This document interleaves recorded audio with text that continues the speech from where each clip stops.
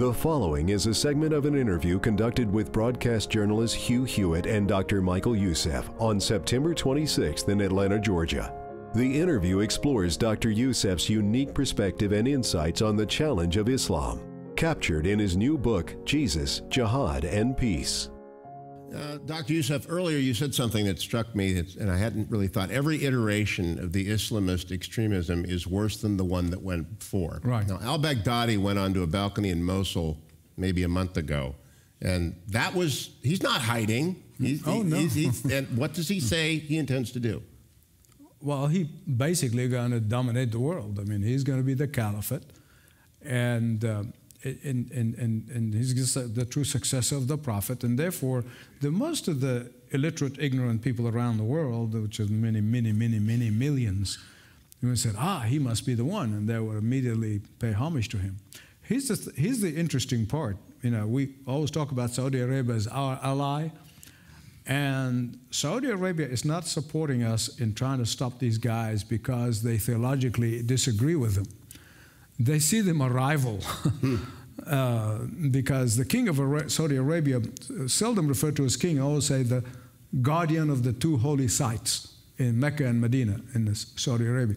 And therefore, without saying it, they're implying that he is the true successor of the prophet, not the caliphate, not these people. And so they see them as rivals. They saw the Muslim Brotherhood as rival. And consequently, as soon as the army threw out the government of the Muslim Brotherhood in Egypt, they gave them $8 billion. The next day it was a cashier check. Not because they really, because that's what Wahhabi came from, Saudi Arabia. And some of the royal family members are supporting ISIS and supporting the Muslim Brotherhood. But they just don't want to have any rival in leadership.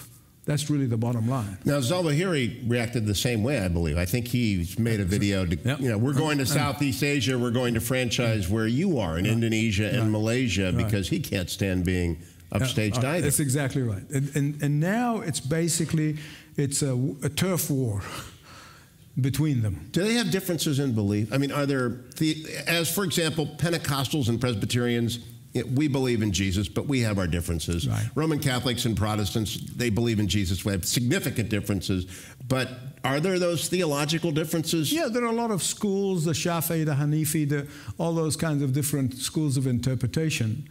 But the biggest division is between the Sunnis and the Shiites. This is really the largest division, where they came to the fourth caliphate successor, who happened to be the cousin of the prophet, Ali. And the word Shiite means party. They're the party of Ali. That's what it means. And they said, this is the true successor, and therefore all his children should be our successors. And all the friends of the prophets in Mecca said, no. We, his friends, we're the ones who are going to be true successors. And the war started. And so the party of Ali went up Iraq, Iran area, part of Syria, and so on. And the rest spread across the world by invading Christian lands. So that war, 1,400 years old, but it continues like it happened yesterday.